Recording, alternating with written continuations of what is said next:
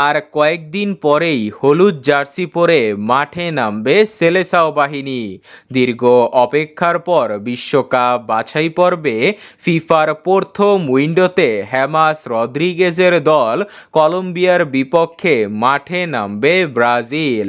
লাতিন আমেরিকার এই দলটি বর্তমানে ব্রাজিলের মাথা ব্যথার কারণ হয়ে দাঁড়িয়ে আছে। অবশ্য তাদের সাথে শেষ দেখায় জিততে পারেনি ব্রাজিল। কলম্বিয়াকে হারাতে হলে ব্রাজিলকে প্রথমে টিম কম্বিনেশন ঠিক রাখতে হবে।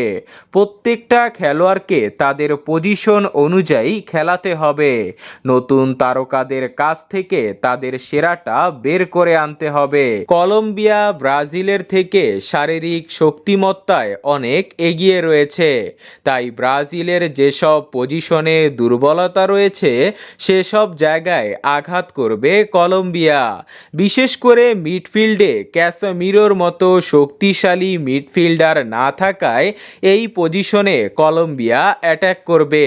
লেফট ব্যাক ও রাইট ব্যাকেও কিছু নতুন প্লেয়ার রয়েছে, তাই তাদের শক্তিকে প্রতিহত করতে হবে। সর্বশেষ কলম্বিয়ার আক্রমণকে সামলাতে হবে ব্রাজিলকে। যদিও তাদের আক্রমণ ভাগ নিয়ে তেমন একটা আলোচনা হয় না, তবে নিজেদের দিনে তারা প্রতিপক্ষ যে কোনো দলকে শেষ করে দিতে পারে।